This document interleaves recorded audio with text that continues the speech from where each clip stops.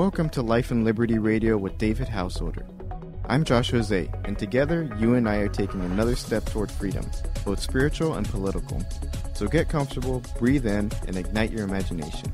Envision a society that is spiritually deep and truly free. It's easy if you try.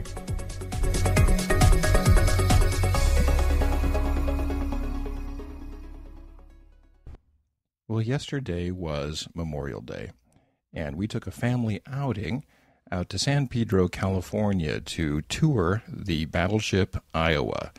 Early 1940s technology, a magnificent ship, and we walked through the whole thing, and there was a sort of stillness, a big crowd there, but people were in awe of the scope of this gigantic machine. The thing can go 40 miles an hour in the water, which is incredibly fast. You could barely water ski behind it. It's going so quickly. And this huge iron ship, the guns themselves, the 16-inch guns, are too heavy. Each one of the barrels is too heavy to be lifted by one of the big cranes you see at container ports. This massive piece of machinery, very simple, nothing fancy, nothing decorative, very utilitarian, shall we say. IKEA minus in its design, but this thing was just amazing, and it was in service through 1990. Almost 3,000 sailors were needed to run this ship with the big guns and the Tomahawk cruise missiles and the whole thing.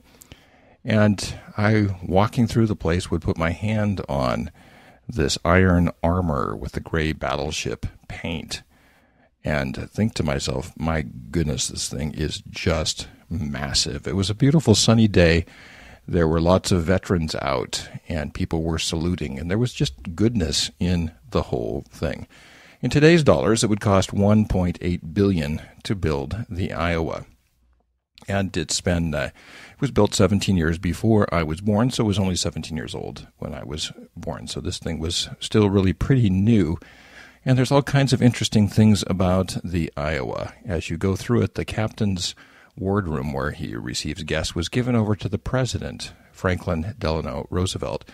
In 1943, it looked like the Allies were going to win the war. After all, Midway, the turning point in the Pacific, and Stalingrad, the turning point in Europe, in the European theater, had already happened in 1942, so it was really a matter of time until the big three, the Soviet Union, with Stalin at its helm, and Churchill, of course, from the British Commonwealth, the British Empire, and Franklin D. Roosevelt decided to meet in Tehran to put together a plan for winning the war, make a high-level decision on how the post-war world would look, and they decided to meet there. Well, of course, that's a long ways away for the president to get there, and so they had to get him across the Atlantic, and they did so by having the New Jersey show up in Virginia and put him aboard, and he took over then the captain's stateroom, and they put in a bathtub there for him. And of course, he was physically handicapped and in a wheelchair. It was pretty much unknown to lots of Americans that this was the case. But they made the place up real nice for him, and he watched movies every night with the chief staff there on the Iowa. And at 30 or 40 miles an hour, they cruised across the Atlantic. And there's no ship, of course, that could keep up with them. So they were relatively safe, made it all the way to Algeria through the Straits of Gibraltar into what was then Allied-controlled North Africa. Spent a lot of time in Cairo meeting with Chiang Kai-shek of China and also with, of course, Churchill from England before heading over by airplane to Tehran in Iran, where they would meet with Stalin, then flew all the way back to Africa again, and then got back on the Iowa and crossed over the other way. So here was this man, Franklin Delano Roosevelt, sitting in the bathtub, looking at the same tiles that I was looking at as I was looking into the bathroom, contemplating in the bathtub this post-war world and the complexities that came from being a global power. Well, a certain relative of his, Teddy Roosevelt, was the one who got us into all of this trouble, and he did it by saying, let's speak softly and carry a big stick. And he sent the Great White Fleet all around the world to show the world that we were now an emerging power, that we were now a world power to be reckoned with, even though it makes no sense for the United States to be involved at all in global world power stuff because we are absolutely invulnerable to invasion where we are in North America. We are geographically so blessed. It took half the gross domestic product of the Western world to send the army across the English Channel in 1944 on D-Day, and that barely survived, and that was a coin flip at best, and we are so fortunate that that did succeed, and Europe was liberated. But that was 26 miles of water. Can you imagine the kind of force it would take to send an invasion force across the Atlantic or the Pacific to take over the United States, a country of 300 million plus people, which is heavily armed with its heavily armed citizenry, gigantic spaces? There's just no way. And even if you could defeat the United States on its home turf with a foreign army, which is almost impossible, the idea of occupying it would make occupying Iraq look like a cakewalk. There's no way it can happen. Abraham Lincoln said, "There is no foreign power on earth that could by force take a drink from the Ohio River." And that is still true. But we decided that we wanted to mix it up and get involved in all the problems of the world. And this was a gigantic miscalculation on Teddy Roosevelt's part. We don't need to get involved in other people's fights. As your grandparents and my grandparents told me and told you, mind your own business. And the truth is there's two sides to any argument. And when you enter into and take one side, you are usually losing some integrity because there's always something to the other side. And you may say, well, yeah, World War II was different. Well, why was World War II fought in the first place by us? Why did we have to get involved in that? Well, the truth is we were bombed at Pearl Harbor. Well, why were we bombed at Pearl Harbor? Well, it turns out that after the Civil War, not after World War I, after the Civil War, Congress started spending money on Pearl Harbor. Was it American? No, it wasn't. It was the Kingdom of Hawaii. But we decided that we were going to put a naval base there, a coaling station, a refueling station, and we would project our power into the middle of the Pacific. And this was when steamships were first getting started. So we thought we would reach out and put a base in a foreign country, which was Hawaii, and started developing it soon after the Civil War.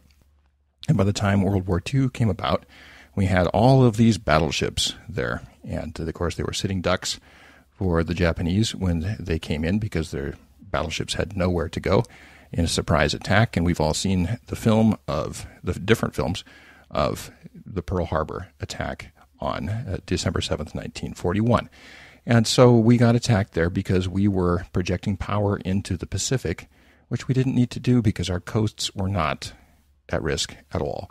And Hawaii is American now. There's nothing that can be changed. It's been Americanized. It's part of America. But the truth is it wasn't at the time, and we really had no business taking over the island for military and pineapple purposes. That's imperialism. That's not what America is about. And that's what got us into trouble in the first place. When we project naval power into the Pacific, we're going to be met with force by the Pacific powers. And had we not done that, we would have been safe and prosperous all through the entire thing. We never would have had to go to war with Japan at all. And for all we know, Japan wouldn't have gone to war in the first place, and it certainly wouldn't have gone to war at the extent we did, and we wouldn't have developed nuclear weapons, and.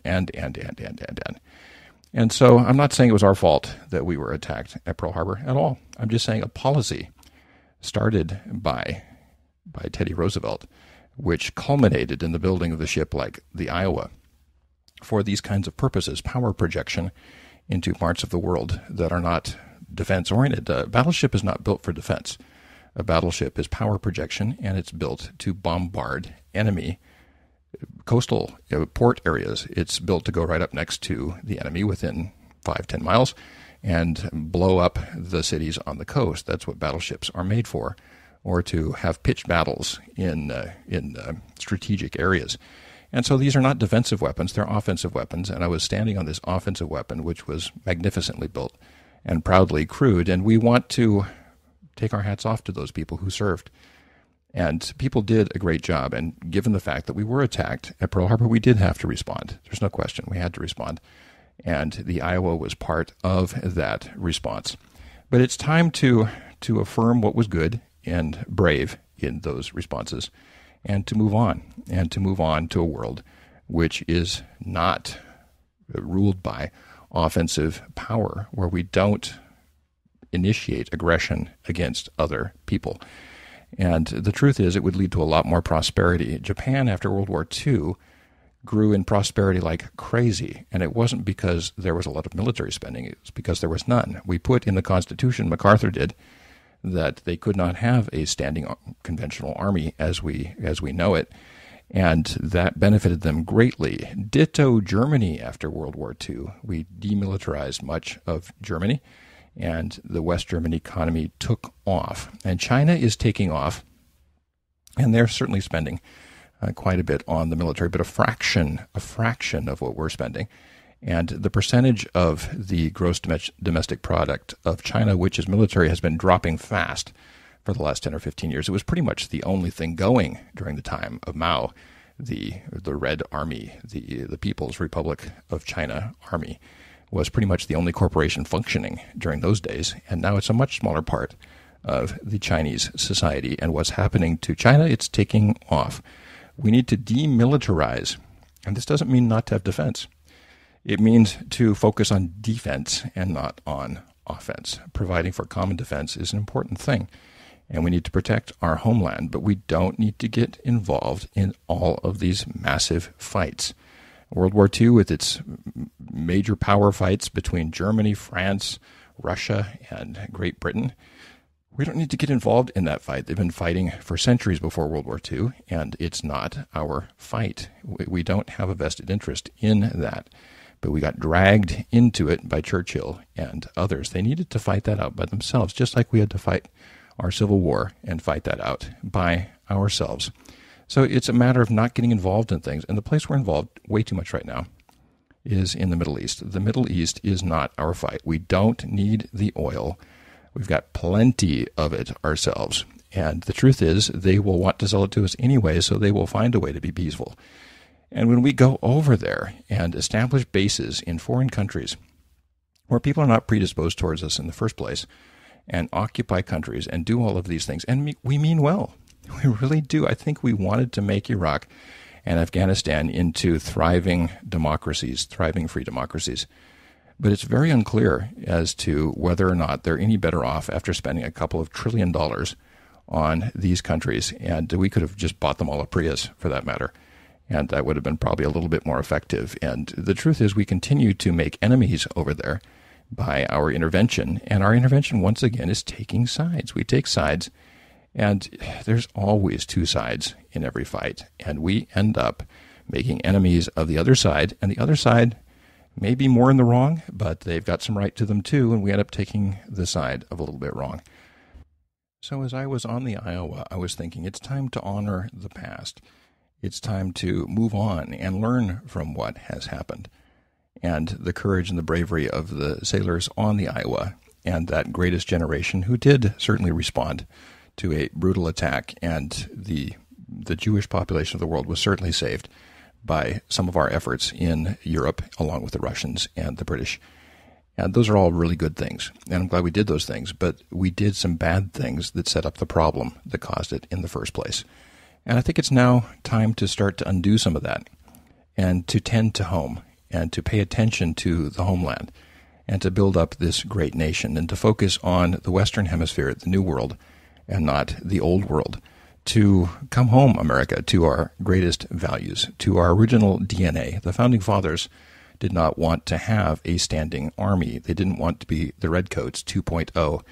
They wanted to be citizen soldiers, Minutemen, and people who would defend their country if they were called up to do so. And the truth is that would almost never happen because we are geographically so very, very blessed to be here in North America, in this bounteous country with great resources. And we want to live up to that founding axiom of this nation, that we are created equal and endowed by our Creator with inalienable rights to life, liberty, and the pursuit of happiness.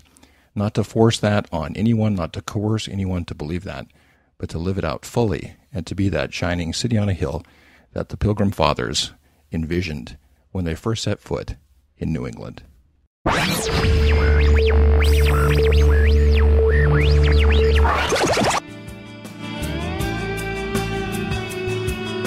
So put some sunshine and water on these fresh ideas and keep taking that next step toward freedom. Join us every weekday for the latest life and liberty ideas. The views expressed on this program are purely those of the presenter, and not necessarily those of the advertisers or organizations or persons with which the presenter has a relationship. Please click on the Amazon banner at the top of the Life and Liberty page, and consider doing all your online shopping through this portal. See you tomorrow.